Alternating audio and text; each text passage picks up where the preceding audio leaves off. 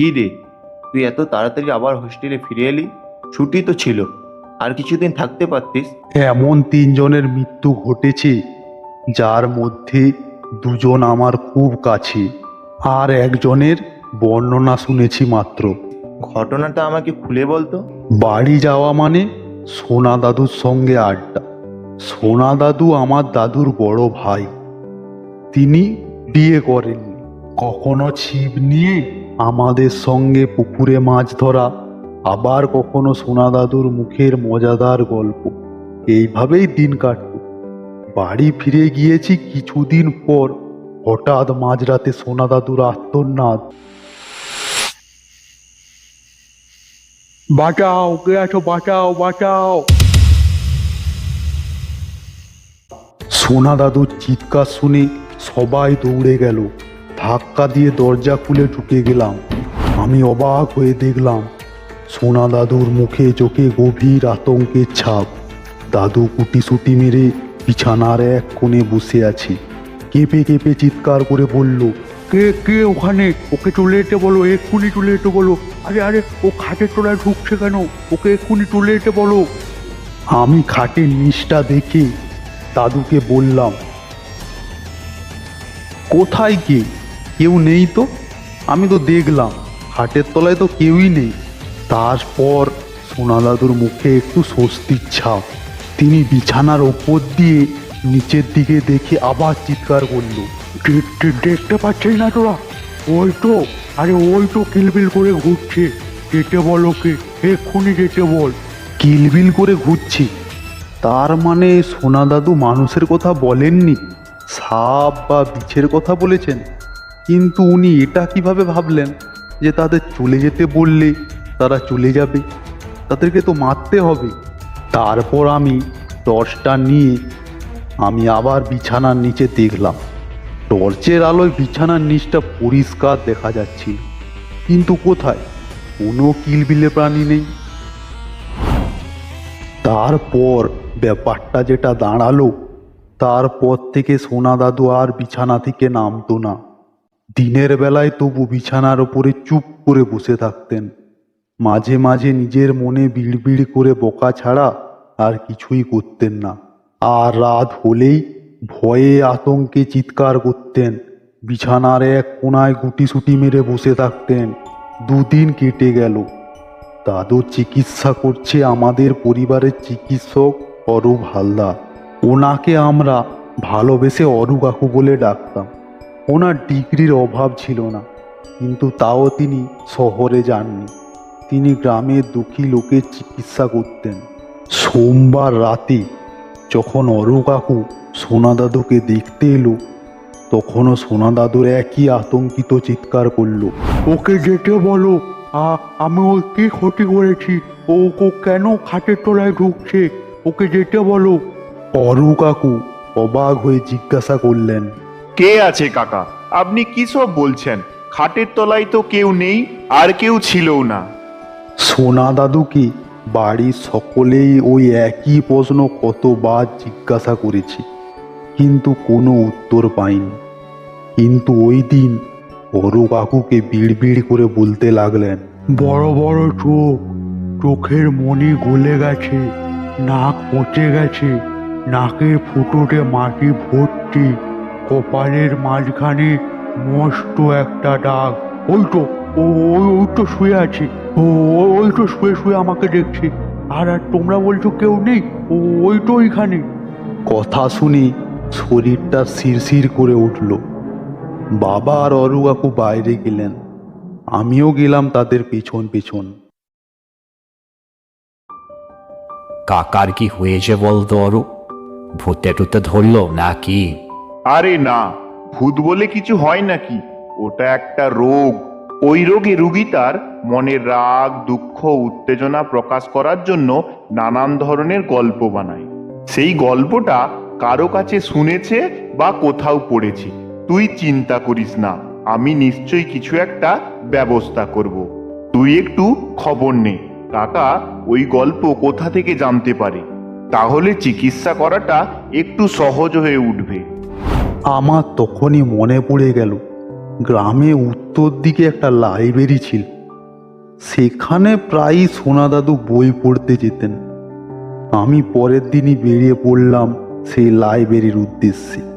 আমি সেই লাইব্রেরিতে পৌঁছে লাইব্রেরির লোককে সোনা দাদুর পড়া বইগুলিকে দেখাতে বললাম। বলার সঙ্গে সঙ্গেই সেই লোকটা বই খুঁজতে চলে গেল। দেখলাম তার টেবিলের ওপর পড়ে আছে একটা সংহতি নামক সাপ্তাহিক কাগজ। ওই কাগজে আশেপাশের গ্রামের খবর থাকতো। এতক্ষণ দাঁড়িয়ে দাঁড়িয়ে কি করব, বরং এই কাগজটা পড়ে একটু সময় কাটিয়ে নিই। আরে এটা কি? আপনার বইগুলো আমি ভেতরে টেবিলে রেখে দিয়েছি, আপনি গিয়ে দেখে নিন। আচ্ছা শুনুন, আপনি বইগুলো গুছিয়ে দিন, আমার আর কিছু লাগবে না।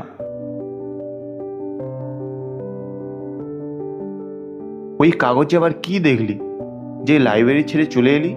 ওই কাগজের নিচের দিকের খবরটা ছিল ঠিক এরকম। গত বুধবার চণ্ডীপুর গ্রামে সাবির ইসলামকে কবর দেওয়া হয়েছিল। সাবির কয়েকদিন ধরেই এক উন্মাদ রোগে ভুগছিল। শেষে গলায় দড়ি নিয়ে আত্মহত্যা করে।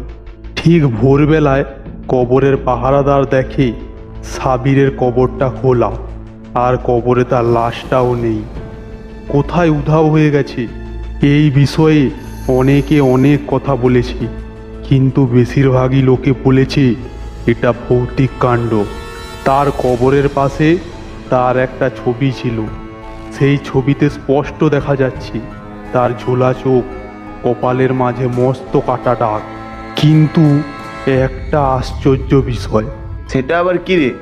এই খবরটা সোনা দাদুর পক্ষে পড়া সম্ভব নয়, এমনকি লোকের মুখেও শোনা সম্ভব নয়। কেন? হয়তো তোদের বাড়িতে আলোচনা হচ্ছিল, তখন হয়তো শুনে থাকবে। সেটা হতে পারে না, কারণ হিসেব মতো যেদিন রাত্রে সাবিরের মৃতদেহ কবর থেকে গায়েব হয়েছে, সেই রাত থেকেই সোনা দাদু আতঙ্কে চিৎকার করা শুরু করেছেন। সেই রাত থেকেই দাদু খাটের তলায় সাবিরকে দেখতে পাচ্ছেন। আমরা সবে সবে ভেবেছিলাম যে সোনা দাদুকে চিকিৎসার জন্য কলকাতায় নিয়ে যাব, কিন্তু পরের দিনই সোনা দাদু মারা গেলেন। সোনা দাদু মারা যাওয়ার পরের দিনই কাগজে পড়া ঘটনাটা অরু কাকুকে বললাম। না না, তুই মনে হচ্ছে দুয়ে দুয়ে চার করছিস। একটা কাকতালীয় ব্যাপারের মধ্যে শুধু শুধু ভূত পেতকে ঢুকিয়ে দিচ্ছিস। বাড়ির আর কাউকে এইসব কথা বলিস না। আমি আর এইসব কথা কাউকে বলিনি। দাদু মারা যাওয়ার পর 5 দিন কেটে গেছে। বাড়ির সবাই এটাকে একটা দুর্ভাগ্যজনক রোগের ফলে মৃত্যু হিসেবে ধরে নিয়েছে। দুপুরবেলা খাওয়া দাওয়ার পর আমিও অরু কাকু মিলে গল্পের আড্ডায় বসে পড়লাম। আচ্ছা অরু কাকু, শুনেছিলাম গ্রামে নাকি নতুন স্টেশন হবে, তার কি কোনো কাজ শুরু হয়েছে? অরু কাকু, ও অরু কাকু, শুনছো? অরু কাকু কেমন যেন একটা অন্যমনস্ক হয়েছিলেন। হ্যাঁ হ্যাঁ, বল, কি বলছিলিস যেন?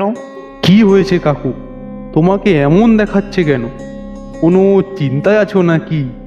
একটা ব্যাপারে মনটা কিরকম অস্থির হয়ে আছে, জানিস তো? ওই চিন্তাটাই করছিলাম। চিন্তা? তোমার আবার চিন্তা কিসে? ওই দিন্দাপাড়ায় একটা রোগীকে দেখতে গিয়েছিলাম।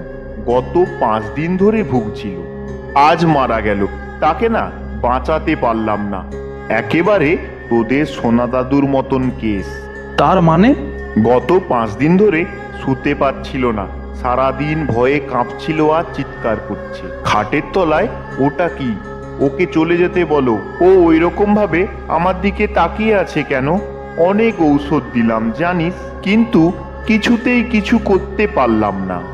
আচ্ছা, তুমি কি জিজ্ঞাসা করেছিলে খাটের তলায় ও কাকে দেখতে পাচ্ছে? তারও কি কোটরে ঢোকা চোখ, ঝুলে পড়া নাক আর কপালে কাটা দাগ? না রে সমর, সে যাকে দেখেছিল তার গায়ের রং ফর্সা, পরিষ্কার কামানো গাল, গায়ে হালকা আকাশি জামা। বুঝতে পেরেছিস তো? তোদের সোনা দাদুকে ঘুরতে দেখেছিল। সেই দিন থেকেই দেখতে শুরু করেছিল, যেদিন তোদের দাদু মারা যায়। একদিন দুপুরবেলা অস্থির হয়ে বসে আছি, কিছুই বুঝতে পারছি না কি হচ্ছে এসব, কি করব, কোথায় যাব, কেউ কি নেই যে আমাকে বলতে পারে এসব কি হচ্ছে।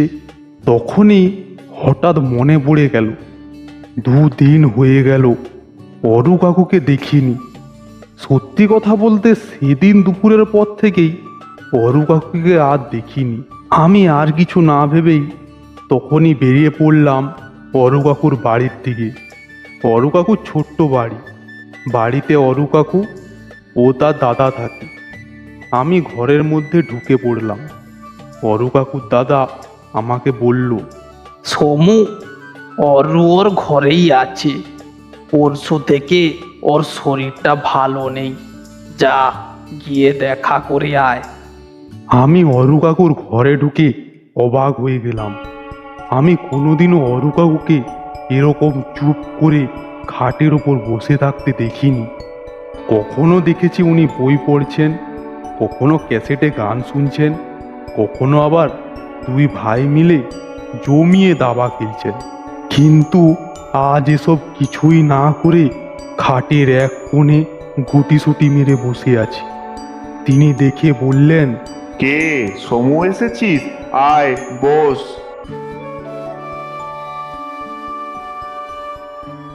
কি জ্বরে ধরলো নাকি? জ্বর নয়। তারপর কেমন যেন পাগলের মতো বলে উঠলেন, আরে ওখানে বসেছিস কেন? তোকে তো বললাম খাটে এসে বস। উঠে আয়, ওখান থেকে উঠে আয় বলছি এখনই। ভয়ে শিগগির চেয়ার ছেড়ে উঠে আসলাম। কেন, কি হয়েছে? আরে খাটের তলায় ও রয়েছে, দিনডা পাড়ার ওই মেয়েটা। যেতে বললেও ও যাচ্ছে না। আরে তুই উঠে আয়, পা তুলে বস। এই মেয়ে, যা যা, এমন করে দেখছিস কেন? যা যা, এবার কিন্তু খাটে আগুন ধরিয়ে দেব, তখন বুঝবি। যা যা, চলে যা। তার এই চিৎকার শুনে তার দাদাও ছুটে এলো। অরু কাকুর চিকিৎসার কোনো অভাব হলো না, কিন্তু তাও তিনি বেশি দিন বাঁচলেন না। খাটের তলায় সেই মেয়েটাকে দেখতে দেখতে আতঙ্কে চিৎকার করে করে ঠিক 3 দিনের মাথায় তিনি মারা গেলেন। এই হচ্ছে ঘটনা। বলা যায় না এবার অরু কাকু কার খাটের তলায় হামাগুড়ি দিয়ে ঘুরে বেড়াবে। হয়তো হয়তো আমার খাটের নিচে।